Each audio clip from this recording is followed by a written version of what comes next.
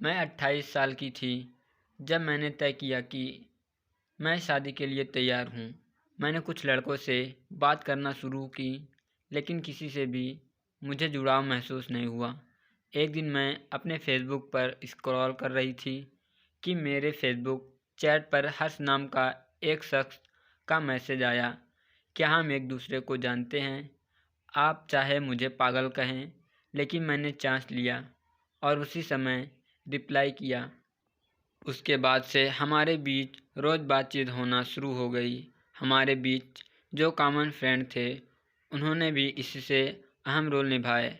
हर्ष Australia में था और मैं मुंबई में, लेकिन हमें कभी भी महसूस नहीं हुआ कि हमारे बीच दूरी है। हमने 1 महीने बात की, लेकिन लगा जैसे 1 साल से हम एक दूसरे को जानते हों। समय बहुत धीमे गुजर रहा था। बातें कर रहे थे, लेकिन लगता था कि इतना काफ़ी नहीं है। मुझे याद है कि एक दिन हमने 18 घंटे बात की थी। फ़ोन की बैटरी ख़त्म हो रही थी, तो हमने तुरंत अपने लैपटॉप पर स्काइप ऑन कर लिया। मुझे हर्ष की लत लग चुकी थी। एक दिन भी बात ना हो तो लगता था कि दिन पूरा नहीं हुआ।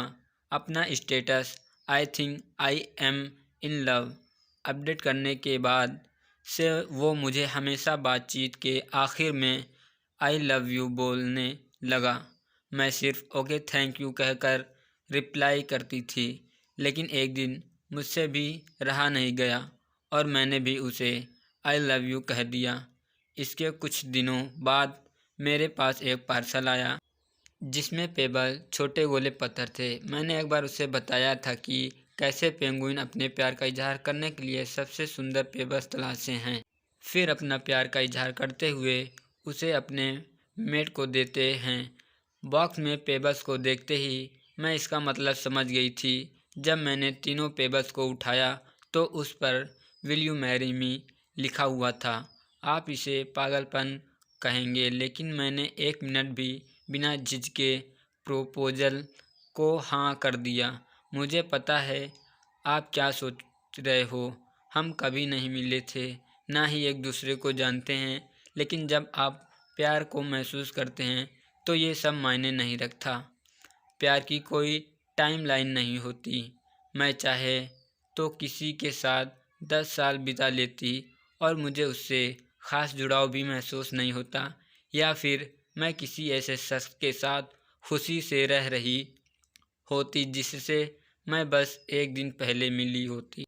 कोर्ट मैरिज से 2 दिन पहले वो ऑस्ट्रेलिया से मुंबई आया, तब हम पहली बार मिले। वो पल बेहद ख़ास था। हम एयरपोर्ट पर एक दूसरे को गले लगा रहे। आखिरकार एक गार्ड को आकर हमें वहाँ से जाने के लिए कहना पड़ा।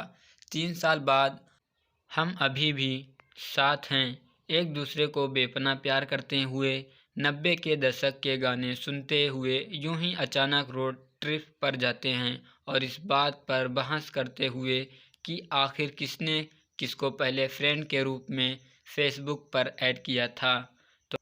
तो दोस्तों, अगर आपको कहानी अच्छी लगी हो तो हमारे चैनल को सब्सक्राइब करें और वीडियो को लाइक करें।